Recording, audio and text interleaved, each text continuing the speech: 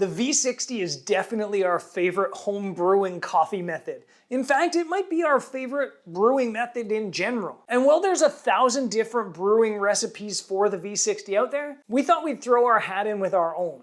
And to brew the demo coffee, we're gonna be using our Colombian Geisha. This is a honey natural. It is a beautiful coffee. But I should mention that in our coffee shops, we have 6 to 8 different coffees, and we use a different recipe for each and every one of them.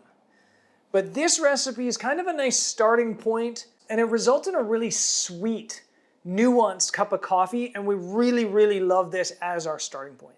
So let's make this coffee. And before I do, I should mention you might be hearing street noise. That's because our roastery right here is literally on the street here in Portugal. So you get some noise. Sorry about that. Okay, coffee. Let's make coffee. We're gonna start out by popping open the filter.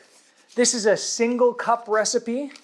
So we're gonna be using 18 grams of coffee in this. So first of all, we're going to use totally boiling water to wet this filter. And this has dual purpose. One, we're cleaning off any papery flavors from the filter or any dust that might have been on the filter, but also we're warming up the V60. This is a ceramic V60. It's probably unnecessary to have one that's this expensive, but because it's ceramic, it does need a little bit more heat to warm up. So clear that out. Now, as I mentioned, we're making a single cup. I'm using 18 grams of coffee. I find that about 16 to 1 is pretty good on the V60. So in total, we're gonna be using about 280 grams of water in. And we're going to swish that around a little bit. We're gonna make a little volcano crater in the middle of it. And we're gonna start our brew. This is gonna work in steps and hopefully lead to about a 3.5 minute total brew time. We're gonna start with a 45-second bloom, and then every 30 seconds, I'm gonna add another 50 grams of water until our last 80 grams, at which point I'm going to put in the entire 80 grams and then give it a bit of a stir. So let's do this. I'm gonna clear the scale and I'm going to start. This water was boiling when I started this. It's now down to 96 degrees. That's what I want. It's a lighter roast, this geisha. And because it's a lighter roast, I need a little bit of hotter water to really punch through the flavors and properly extract it. So we're gonna start. I'm gonna start the timer and I'm gonna pour right into the middle. And I'm just gonna slowly move around the side until all the water is totally saturated. All the coffee grind is totally saturated, And we're gonna get up to 50 grams, or I guess 40. Everything looks nice and saturated at 40 grams. And we're going to wait for 45 seconds to pass on the timer. You can see some coffee's already percolated through. That's not a big deal, but that's also not the goal of what we're doing right now. The goal is degassing the coffee. You'll see some bubbles popping up. You'll even see some like volcano action.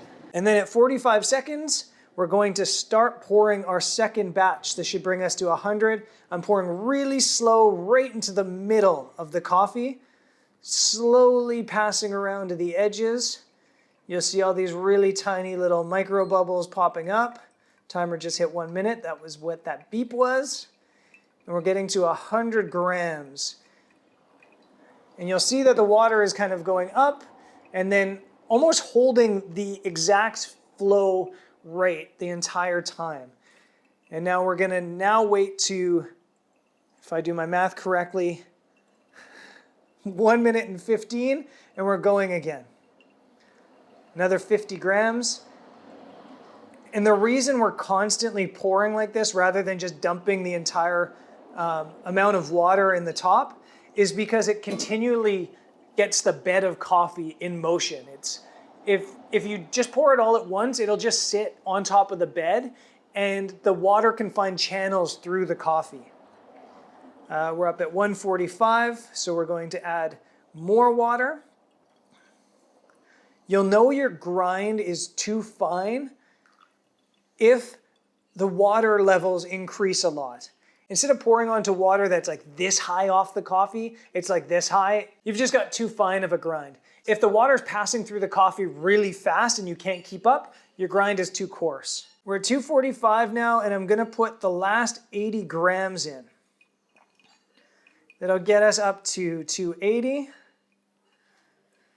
And then at this point, I'm going to heat up my spoon. At this point, I'm going to stir the coffee. Just gently, just a couple times. And this is just to break up any clumps that might have been there. Due to the technique we're using, there shouldn't be any clumps. It should just be passing through pretty evenly. And I have noticed that with the stir at the end, it does seem to extract a little bit better, but it doesn't make a massive difference. So now we're just gonna sit and wait for the water to finish percolating through the coffee. We're at 3 minutes and 20 seconds. I can see the grinds starting to dry up on the top. And then this is a judgment call on when you want to pull the coffee. If you pull it now, that's fine. You'll get a lighter coffee. If you wait until the coffee's totally dry out, you'll get a bit of a richer coffee. So I'm going to let it dry out almost completely until it stops dripping. You got little drips on the bottom. So take the brewer off and your coffee's ready to drink. I've found that this method leads to a much sweeter cup of coffee. And that's how I like my coffee. I like it sweet, I like it nuanced, and I like it to have a lot of clarity. And anything longer than about 4 minutes, you lose that clarity in the coffee. Anything faster, and you just get a bit of a thin coffee. So this is kind of the perfect cup for me. And this geisha is absolutely beautiful. It's very, very floral, lots of rose flavors, and also Turkish delight. It's got that sweetness mixed with the floral that has that Turkish delight flavor. Absolutely love it. Super complex, and the V60 just brings the best out of it. So that's our recipe. Hope you liked it, and we'll see you on the next one.